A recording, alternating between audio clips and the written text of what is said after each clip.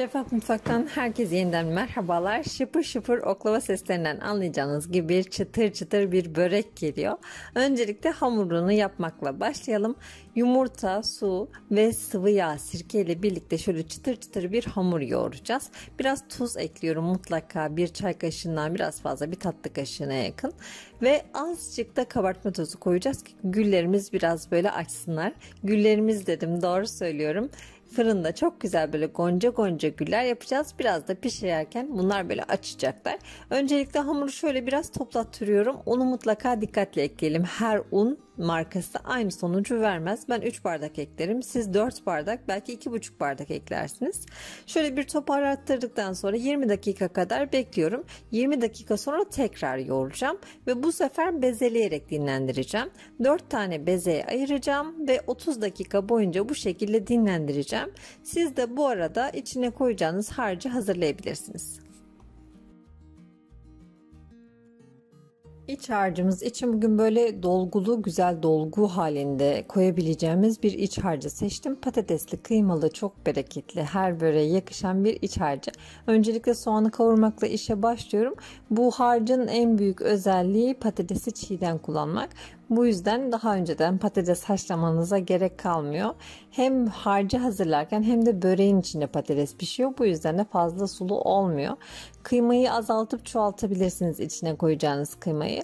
100 gram 200 gram kadar kıymayla dahi dünyanın harcını çıkartabilirsiniz. Kıymayı tamamen kavurduktan sonra içine çiğ olarak patatesi ilave edeceğim.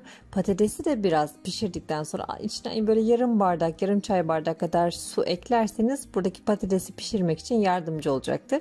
Baharatlandıracağım. Şayet evinizde varsa ve seviyorsanız maydanoz da ekleyebilirsiniz.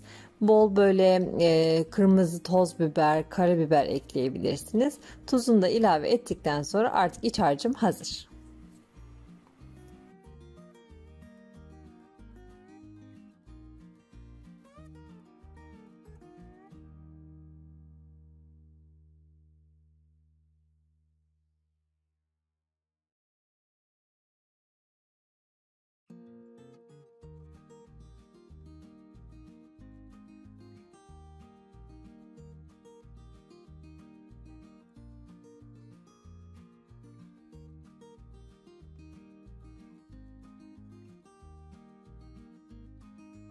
Hamurlarım gayet güzel dinlendi. Şimdi açarken de göreceğiniz gibi çok kolay açılan, kendini çok çabuk salıveren bir hamur. Sadece bir tane yufkanın açımını göstereceğim size sıkmamak adına. Daha detaylı yufka nasıl açarım, yufka açmayı ben hiç bilmiyorum diyenler için buraya nasıl yufka açacağınızı öğreten bir video linki ekliyorum. Yukarı tıklayarak izleyebilirsiniz.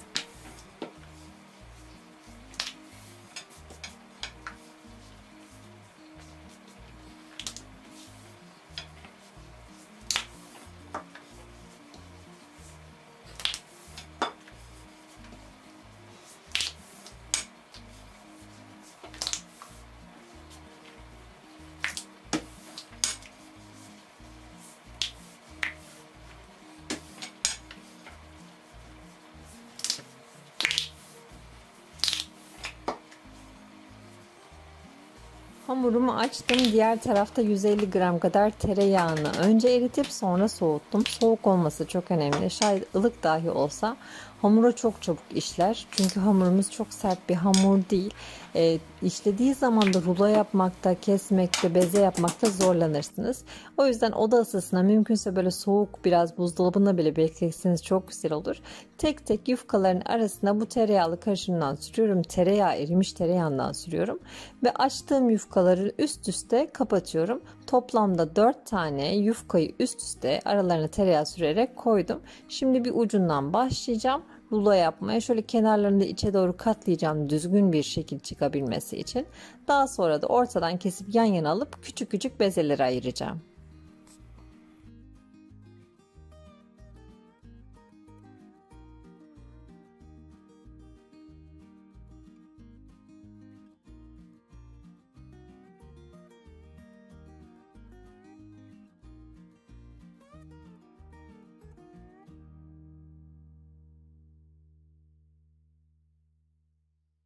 Hamuru gayet ince açtık. Gördüğünüz gibi 2, 4, 6, 8, 10, 12, 14 tane de bezeye ayırdım. Daha da küçük yapabilirsiniz. Fakat daha büyük yapmayın.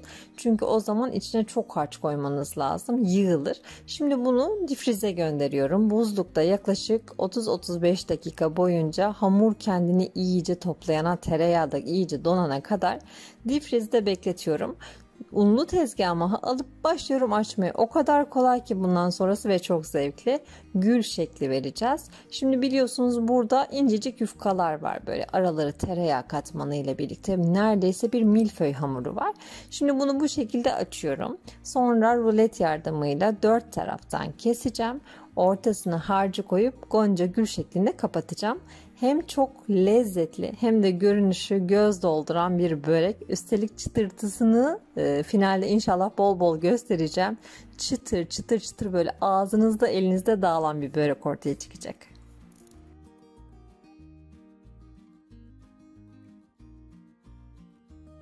Herhalde neden böyle bir harç tercih ettiğimi şimdi daha iyi anladınız. Çünkü içine koyacağınız harç içini doldurması gerekiyor. Kıymalı ıspanaklı da yapabilirsiniz ama dediğim gibi patates mutlaka içinde o dolgunluğu sağlıyor. Pırasalı yapabilirsiniz. Böyle içine doldurabileceğiniz harçları seçebilirsiniz. Ve ben bu harcı gerçekten çok tavsiye ediyorum. Çok lezzetli ve bereketli bir börek harcıdır. Diğer böreklerimden de çokça kullandığım bir harçtır. Nasıl kapattığımı şöyle detaylı olarak göstermeye çalıştım. Burada çok fazla hızlandırmadım sizi sıkmamak adına. Tek tek yaprakları böyle hafif kıvırarak kapatıyorum. Sonra elinizi alıp şöyle bir yuvarlayın. Fazla büyük geldi, işte altı hamur birikti diye düşünmekten sizi alıkoyayım, şöyle elimle yuvarlarken harcı içine dağıttığımı da görebilin istiyorum.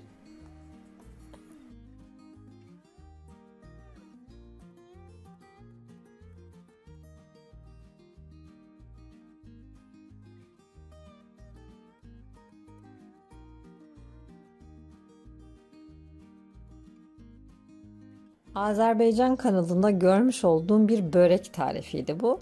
Hamurunu değiştirdim, iç harcını değiştirdim. Görüntüsünü de biraz böyle açık bir gül haline getirdim. O daha böyle gonca gül şeklinde yapmıştı. Tabii içine çiğ et koymuştu. Şimdi çiğ ette bazen pişer pişmez bilemiyoruz. O yüzden ben hiç riske atmadım. O yüzden böyle bir iç harcı tercih ettim. Fırın tepsimi aralıklı bir şekilde dizdim.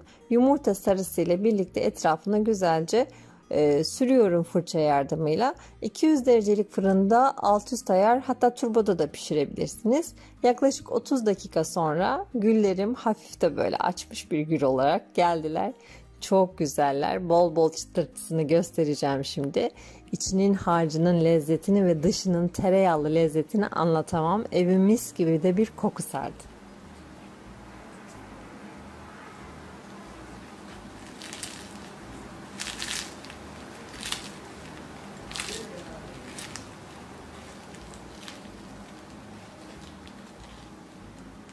Tüm araları kat kat açılan, çıtır çıtır ağızda elde dağılan nefis bir börekti. İlk gülü biraz sıcakken böldüm. Şöyle elim yana yana ikinci gülü göstermeye çalışacağım. Şimdi biraz daha içini göstereceğim.